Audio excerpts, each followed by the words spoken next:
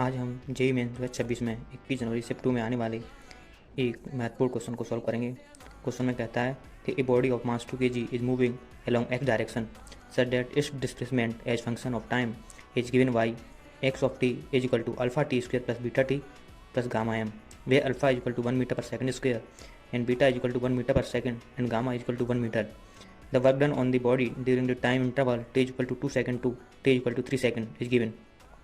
Option number A 12 joule, option number B 49 joule, option number C 42 joule, option D 24 joule.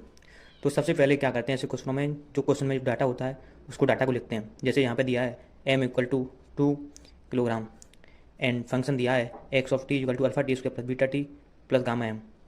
Alpha equal to 1 metre per second इसके दिया है, beta equal to 1 metre per second दिया है, gamma equal to 1 metre दिया है। तो अपन को क्या निकालना है कि इनका वर्क डन निकालना है। टी इक्वल टू 2 सेकंड से 2 इक्वल टू 3 सेकंड के बीच में। तो वर्क डन इक्वल टू होता है कि फोर्स इंटू डिस्प्लेसमेंट।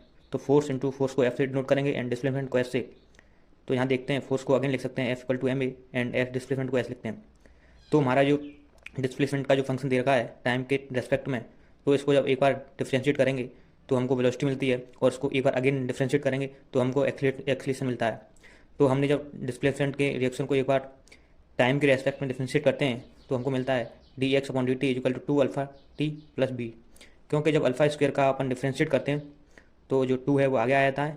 ठीक है, अब जब एक बार अगेन जब वेलोसिटी वाली फंक्शन जो बनता है जब 2 अल्फा टी प्लस बीटा, इसको एक बार अगेन डिफ्रेंशिएट करेंगे तो अपन को डिफ्रेंशिएट मिलता है 2 अल्फा।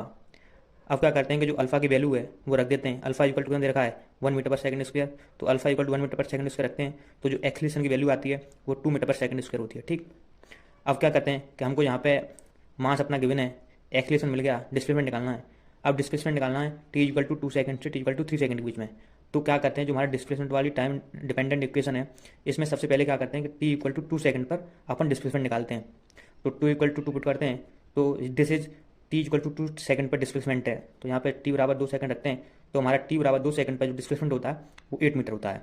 ठीक है, और जब टी इक्वल टू 3 सेकंड पर देखते हैं तो हमारा डिस्प्लेसमेंट आता है 40 मीटर।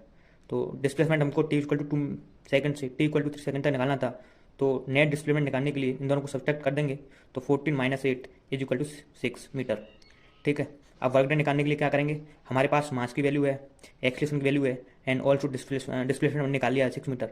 तो जब इनको कैलकुलेट करेंगे तो 6 4 जा 24 जूल्स। सो इसी प्रकार के क्वेश्चन को सॉल्व देखने के लिए चैनल को सब्सक्राइब एंड वीडियो को दबा के शेयर करें। Thank you.